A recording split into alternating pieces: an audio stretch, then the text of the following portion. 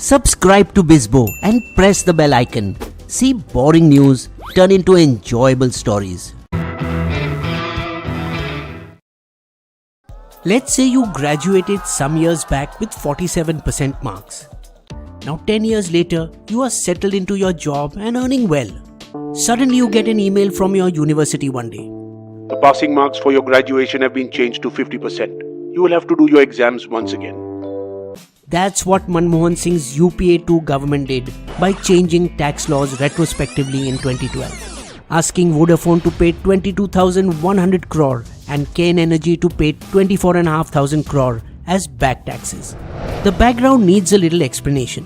When Vodafone Group PLC, a British telecom company, decided to enter the Indian market in Feb 2007, it did so by acquiring a majority stake in Hutchison SR, well known as Hutch in Delhi and Orange in Mumbai in those days. Now, Hutchison SR was a joint venture between India's SR Group and the Hong Kong-based company Hutchison, owned by the British tycoon Lee Ka-shing, that had a 67% stake in the Indian entity, which the British-based Vodafone bought through its Dutch subsidiary for $11.2 billion. The deal between the Dutch company and the Hong Kong company took place in the tax haven of Cayman Islands. To make the picture crystal clear, a British company through its Dutch subsidiary bought a stake from a Hong Kong company of a business running in India and signed the deal in the Cayman Islands. The Indian tax authorities jumped up to intervene.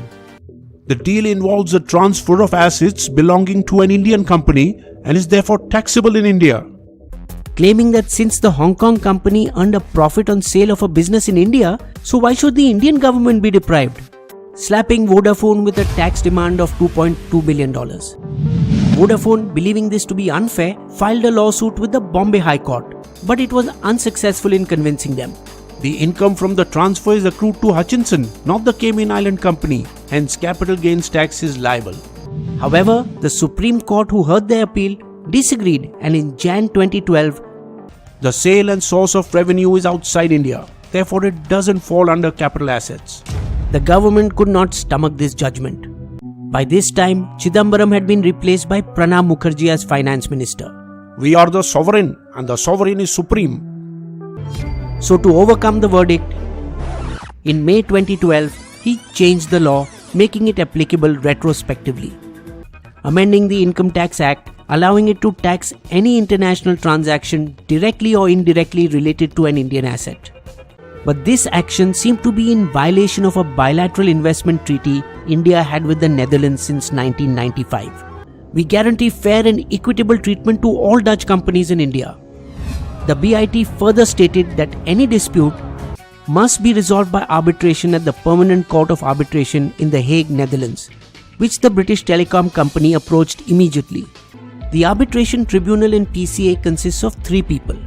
One person chosen by the petitioner, Vodafone, one by the defendant, Government of India, and the third is a neutral person.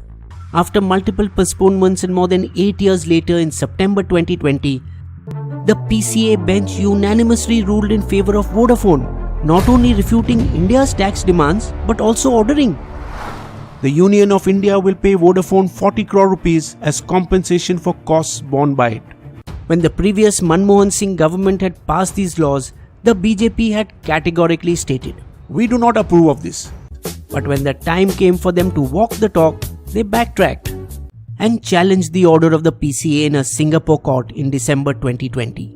While Vodafone was the primary target of the amended law, Cairn Energy PLC, an oil and gas exploration company listed on the London Stock Exchange, also fell afoul of it. The transaction of Cairn, however, is much more complex than that of Vodafone. There are 5 stakeholders involved in this deal: Cairn Energy PLC, Cairn UK Holdings, Cairn India Holdings, all in the UK, and Cairn India and Vedanta, located in India.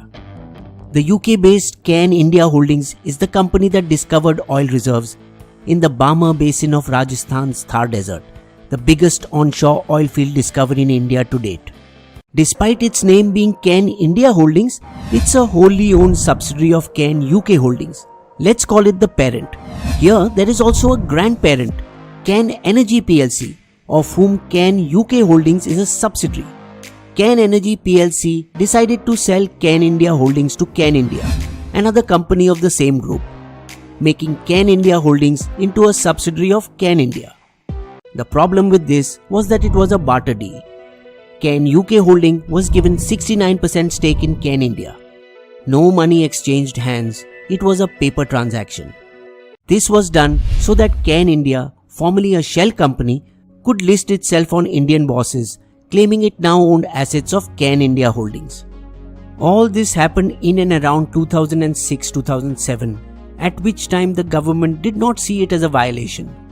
A few years later in 2011, Anil Agarwal's mining company Vedanta, which also ran the Sterlite copper plant in Tamil Nadu that was shut down in 2019, bought a 58.5% stake in Cairn India Holdings for $8.67 billion in a deal spread over several years.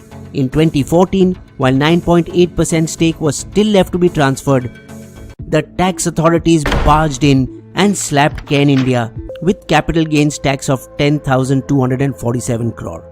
Then adjusted the claim amount by confiscating dividends and tax refunds and seizing and selling the shares for the balance, stopping in its tracks the transfer of the remaining stake to Vedanta. A miffed Cairn Energy, just like Vodafone before them, approached the PCA for arbitration. As it so happened, here too India and the UK had a bilateral investment treaty between them, protecting investments. In a veritable action replay, the Indian government once again lost unanimously. Union of India must repay the tax collected with penalties and interest, now amounting to $1.4 billion. Now $1.4 billion is a lot of money, and Cairn knew they had a big fight on their hands as the Indian government would not give in easily. A wire media had to be found, so using informal channels, Cairn approached the Indian government and tried to negotiate a deal promising to invest all the $1.4 billion in India itself. However, just like they did with Vodafone, India also decided to challenge this judgment.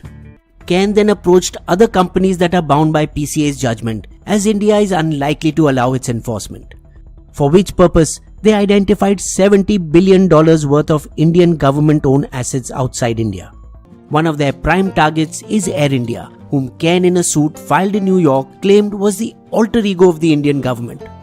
But Cairn has competition for this asset from Devas Multimedia, who also won a $1.2 billion arbitration award against the Indian government, as compensation for annulling a deal between Devas and ISRO's subsidiary Antariksh regarding the leasing of 2 communication satellites in 2005. Any seizure of Air India's assets may mess up the government's plans to find a private buyer for the ailing airline. Already, Cairn has received 2 court orders to seize 20 buildings in central Paris's 14th and 16th arrondissements or districts worth over 20 million euros. India only found out about these orders when it was mentioned in the submissions of Devas in a Washington court. However, India seems to believe that the seizure awards pertain to diplomatic staff residences that cannot be impounded. Elsewhere, a British judge allowed Devas to enforce their PCA order, noting that India is taking steps to make the order ineffective. arbitration awards under pre-2016 bids are not enforceable in Indian courts, as they are considered sovereign-to-sovereign guarantees and not between 2 commercial parties. In 2016, India issued a new model bilateral investment treaty template that excluded laws regarding taxation from its ambit.